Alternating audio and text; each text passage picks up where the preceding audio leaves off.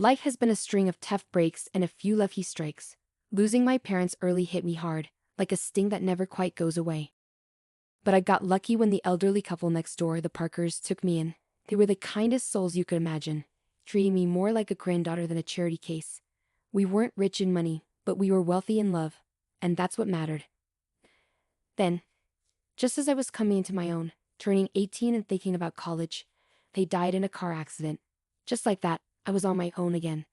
The Parkers left me a bit of money for school and their old house in the suburbs. It was a cozy place full of memories, but too many ghosts for me, so I sold it and bought a small apartment in the city near the college where I'd enrolled to study financial management. It felt good having a plan moving forward. Classes were tough but interesting, and I threw myself into learning everything about numbers and markets. After college, I landed a decent job. Daytimes were packed with work, and I was doing all right, but nights were another story. The city felt lonelier than it should for a place so full. That's when I met Tom at a friend's party. He was loud, funny, and didn't care who knew it. His energy was infectious, and we hit it off from the moment he bumped into me, spilling my drink. "Hey, watch it," I snapped, more out of surprise than anger. "Whoa, my bad. Let me make it up to you." "What were you drinking?" Tom grinned unapologetically. "Beer, just beer," I said, trying not to smile too easily. "2 beers coming right up," he shouted over the music, heading to the makeshift bar. That was Tom all over, simple, straightforward, and no fuss. We spent the whole night talking about everything and nothing. It turned out we both loved old movies and hated sushi. It was easy talking to him, and by the time the party was winding down, I didn't want to say goodbye. A year later he proposed. No dramatic gestures, just him, me, and a ring he fumbled out of his pocket while we were watching TV. "Marry me," he said, holding the ring so tightly I thought he might crush it. I laughed. I actually laughed, not because it was funny, but because it was so typical of us, so perfectly imperfect. "Yes, of course, you big goof." Getting married didn't change much at first. We were the same, just legally bound, which felt right. We settled into life together in my small city apartment, still close to the hustle but now with someone to share the quiet moments. Life felt full, and for the first time in a long while, the evenings didn't feel so empty. Settling into married life had its comforts, but life sure doesn't let you get too cozy without throwing a curveball or two. Harry's folks, Mr. and Mrs. Dawson, were gems. Living in their cozy suburban home, they welcomed me with open arms from the get-go. I could see where Harry got his easygoing nature. Their warmth was a balm on my often sore heart, still aching from my own family losses. "So happy you're part of our family now," Mrs. Dawson would often say, squeezing my hand with a kindness that felt both uplifting and overwhelming. "Thanks. I really appreciate how welcoming you've been," I'd reply, feeling genuinely grateful. Visiting them became our weekend ritual. Those days were filled with backyard barbecues and lengthy chats over cups of steaming coffee. Life was good, simple, and honest, until it wasn't. Harry got called away on a long business trip, a whole year out of state. It was a fantastic opportunity for his career, but the timing was brutal. No sooner had Harry left than Mr. and Mrs. Dawson's health took a nosedive. It happened fast, and Mrs. Dawson, bless her heart, sounded near out of her mind with worry when she called. "Grace, I hate to ask, but I could really use your help around here. Mr. Dawson is really not doing well," her voice thick with unshed tears. Without a second thought, I packed a bag and headed to the suburbs. Seeing Mr. and Mrs. Dawson so frail shook me. He had always been a pillar, strong and steady. Now he looked shrunken, tethered to his life through a maze of medical tubes. I slipped into the routine of their household seamlessly, handling the cooking and cleaning while Mrs. Dawson focused on Mr. Dawson's care.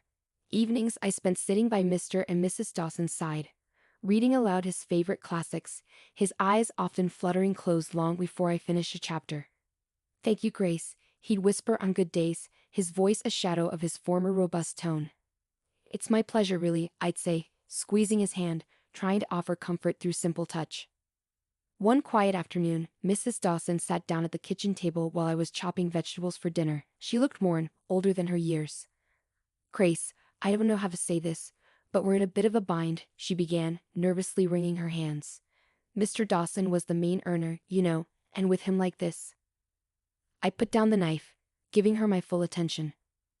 "We're strapped, honey. I hate to even ask, but could you consider renting out your apartment? It might help us get through this tough spot." She looked down, clearly embarrassed.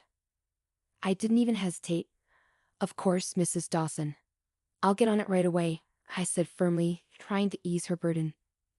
The apartment rented out quickly, and every month I dutifully transferred the rental income to Mrs. Dawson, along with money for groceries and whatever bills piled up. It wasn't easy. The commute to my job in the city became a nightmare. But family sticks together, right? That's what I kept telling myself, even on the hardest days. "You're a godsend, Grace," Mrs. Dawson would often say, her relief palpable each time I handed her the money. "It's what family does," I'd respond. Though some nights, as I lay in the guest room, listening to the distant sounds of sirens from the city, I couldn't help but feel the weight of the world on my shoulders. Harry's calls were my only respite, his voice a tether to another life. "How's it going, Kim? You holding up okay?" His concern was always evident, even through the static of long-distance calls. "We're managing, don't worry about us." I'd force cheerfulness into my voice, not wanting to add to his stress. Life in the Dawson household took a drastic turn when Emily, Mrs. Dawson's daughter from her first marriage, showed up unexpectedly. The vibe shifted immediately. She had that kind of presence, like a cold breeze that sneaks under the door. I never really knew Emily well, but I'd heard enough from Harry and even glimpsed her frosty relationship with Mr. and Mrs. Dawson during brief, tense visits.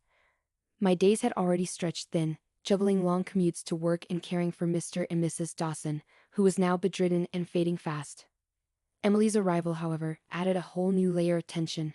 It was clear she was here to stay, making herself at home as if she owned the place. One evening, after a particularly grueling day, Mr. Dawson beckoned me to his side with a weak gesture. His voice was a hoarse whisper, strained and urgent.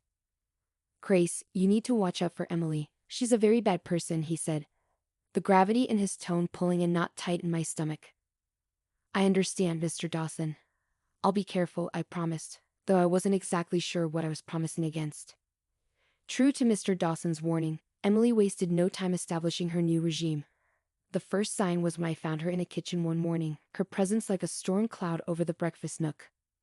"Just so we're clear, I'm not here to play housemaid or chef for anyone," she declared, her tone sharp as she sipped her coffee, eyeing me like I was an intruder in her mother's kitchen. I was taken aback but managed to keep my cool. "Okay, Emily, I've been handling things so far. And I can keep at it," I said, trying to keep the peace. "Good, because I don't plan on lifting a finger. This is Mom's house after all," she snapped back, her eyes daring me to challenge her.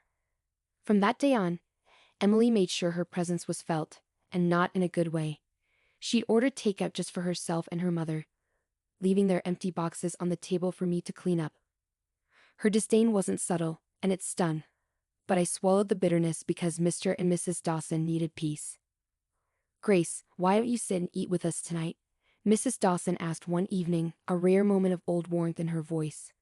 Before I could respond, Emily cut in sharply. "Mom, Grace has been busy all day. She probably prefers eating later." Her words were coated with fake concern, but the message was clear. I wasn't welcome. The days grew heavier, my chores doubling. Emily's entitlement filled every corner of the house. I hear her late at night, whispering with her mother, turning her against me with poison words. Mrs. Dawson, once so kind and understanding, started to change too, her looks colder, her thank yous fewer. A couple of weeks later, Mr. Dawson was gone. The funeral was a solemn affair, with Harry flying in just in time to say his goodbyes. It was the first time in months we were together, and the relief of having him by my side was palpable. Yet amidst the mourning, I noticed the air had shifted significantly at the Dawson residence. Emily was on her best behavior, treating everyone with forced politeness. "How's everything been while I've been gone?" Harry asked me quietly during a brief moment we had alone after the service. "Fine. Everything's been fine," I lied, forcing a smile. I didn't want to burden him further, his grief was enough to handle. "You sure? You look a bit worn out," he pressed, his brow furrowed with concern. "It's just been busy, helping out around here." I reassured him, avoiding his gaze. It wasn't the time to delve into the mess that was brewing beneath the surface. As soon as Harry left, Emily dropped her act. The mask of the dutiful sister was gone, replaced by the sneering, dismissive attitude I'd grown accustomed to. The dynamic in the house shifted drastically. Mrs. Dawson, perhaps in her own throbbing grief, became distant and cold towards me. Commands replaced conversations, and I felt more like an intruder than a family member. Emily took over the household like she was the lady of the manor. Her reign was marked by disregard for anyone's feelings but her own. She started barging into my room without knocking, rummaging through my things as though searching for buried treasure. One afternoon, I was out in the garden trying to find some peace when I stumbled upon a box lying among the shrubs. Curiosity piqued, I opened it only to find my watches, jewelry, and even some underwear. My heart sank. Nearby, draped carelessly over a bush, were several of my dresses. Fury bubbled up inside me as I gathered my belongings, clutching the box. I stormed inside, finding Emily in the living room, lounging like she owned the place. "What the hell, Emily?" I demanded, my voice shaking with rage. "You can't just throw my stuff out." Emily laughed, a cold, harsh sound that echoed mockingly around the room. "Live here, please. You're just a guest, and not a welcome one. You should be out in the garden, or better yet, on the street. You're nothing but a ruthless beggar anyway." Her words stung like salt in a wound. I couldn't believe the venom in her voice. Trembling, I turned to Mrs. Dawson, who had just entered the room. "Mrs. Dawson, please tell her she can't treat you like this. This is supposed to be my home too," I pleaded, my voice cracking. Mrs. Dawson, once kind and gentle, now looked through me as if I were glass. "This is Emily's house now. She's right, Grace. Maybe it's time you found somewhere else to live." Her words were a blow I hadn't anticipated. I stood there, the box in my hands, my heart breaking in my chest. The home I had come to know, the family I thought I had, crumbled around me in that instant. Despite everything, I stayed because of a promise I made to Mr. Dawson on his deathbed, to look after his wife and not let Emily overpower her. But day by day, Mrs. Dawson seemed to adopt Emily's cruel traits. Her words turned sharp, her eyes cold. "You're just sitting on your hands here, aren't you?" Mrs. Dawson snapped one evening as I cleaned up after dinner, her voice dripping with disdain. "I'm doing my best to keep things running smoothly," I replied, trying to keep my voice steady despite the hurt her words caused. "Best? Could have fooled me. Seems like you're just freeloading," she scoffed, turning her back to me as she left the room. Her words stung. I was far from a freeloader. I had rented out my apartment and transferred nearly all that income to Mrs. Dawson, on top of handling most of the housework while Emily did nothing but criticize. Emily, living off her mother's pension, was relentless. "Really, what does my brother even see in you?" she would taunt me nightly, her voice loud enough to carry through the thin walls. I'd bite my tongue, swallow the anger and frustration, and remind myself of the promise I made. But the atmosphere was suffocating, the house a minefield of hostility. One evening, coming home early from work, my world tilted on its axis. I walked in to hear Emily and Mrs. Dawson in the middle of a heated discussion in the living room, not noticing my arrival. "We need to get her to sell that apartment of hers. You know how much we could use that money," Emily was saying, her tone greedy and calculating. "Yes, but how do we convince her? Grace is no fool. She won't just hand it over," Mrs. Dawson replied, her voice a mix of frustration and greed. "Leave it to me, Mom. I'll sweet-talk her into it. Once she signs it over, we can finally live the way we deserve." Emily's words slithered through the air like a snake. Hearing them plot to strip me of my only financial security was a cold splash of reality. Fear gripped me. I couldn't stay anymore. My heart pounding, I slipped away to my room unnoticed. They were planning to rob me of everything. The decision was made right then. There was no staying after this. Hurriedly packing my essentials, my hands shaking, every second in that house now felt like a countdown to disaster. I didn't bother with goodbyes. They didn't deserve them. Slipping out the back door, I ordered a taxi to the station. Sitting on the train to Harry's state, doubts swirled in my mind. Would Harry understand? Would he take their side? The uncertainty was crushing, but the fear of what might happen if I stayed was worse. I stared out the window, watching the landscape blur by, a mix of fear and resolve settling in my chest. When I arrived at Harry's place, his reaction was a cocktail of shock, relief, and a swirl of questions. His eyes widened as he opened the door to find me standing there, bag in hand, looking probably as frazzled as I felt. "Grace, what are you doing here? Is everything okay?" he asked, stepping aside to let me in. I hesitated, taking in the familiar, comforting sight of his temporary home. "No, Harry, everything's not okay." "Not at all. I replied, my voice catching a bit. He led me to the couch, his expression now lined with worry. Talk to me, babe. What happened? He urged. I told him everything, starting from Emily's return, the worsening conditions at home, the financial manipulations, and the final straw, the plot to make me sell my apartment. I hadn't wanted to worry him before, didn't want to add to his stress while he was away working. Harry's face darkened with every word I spoke. By the time I finished, his fists were clenched, his jaw set hard. Why didn't you tell me any of this before? He asked, his voice a mix of anger and concern. I didn't want to cause more trouble. I thought I could handle it.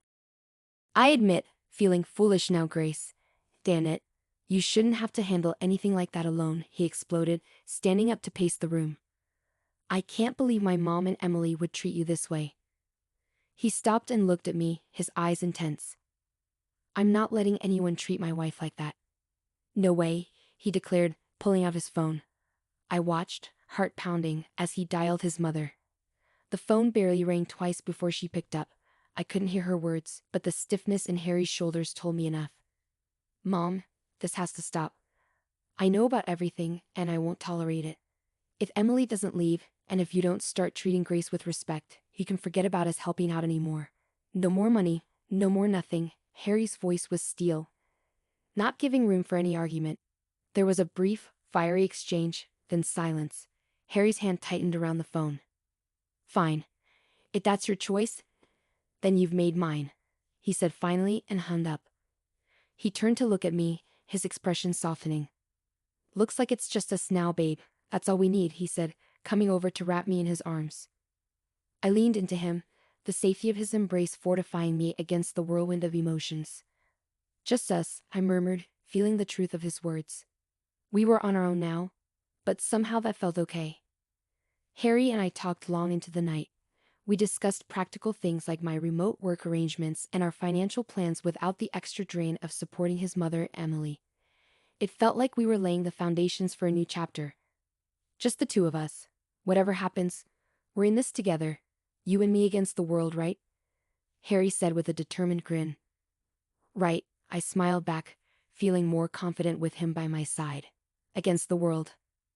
The next few days were a whirlwind of activity. I contacted my job to arrange remote work, which thankfully they agreed to. Harry helped me move my things from storage and set up a home office in the corner of his living room. It wasn't perfect, but it was ours, and it was peaceful. A week into our newfound peace, I was jolted by a call that almost felt like a ghost from a past life. It was Mrs. Dawson. Her voice, once sweet to me, now dripped with a mix of desperation and audacity. Grace, why haven't I received the money for this month? You know we depend on it, she demanded right off the bat. I was stunned silent for a moment, her nerve unbelievable. I'm sorry that after everything, you really expect me to continue supporting you? I asked, my tone more incredulous than angry. In the background, I could hear Emily's voice, shrill and angry. She's just an ungrateful girl, Mom. Make her transfer the money. Taking a deep breath to calm my rising anger, I remembered the venomous words they had thrown at me, words that stung deep. Mrs. Dawson, Emily called me a ruthless beggar, remember? I'm not sending money to people who treat me like trash. I'm done. There was a pause on the other end, and I could almost picture Mrs. Dawson's shocked face. But we're family, she finally said, her voice a mixture of anger and pleading. No, family doesn't treat each other that way. Goodbye, Mrs. Dawson, I said firmly and hung up before she could respond. The call shook me, but Harry was right there, his support unwavering. You did the right thing, Grace. It's time they learn to stand on their own, he reassured me, wrapping an arm around my shoulders. Not long after settling back into our hometown, another surprise came our way. I was pregnant.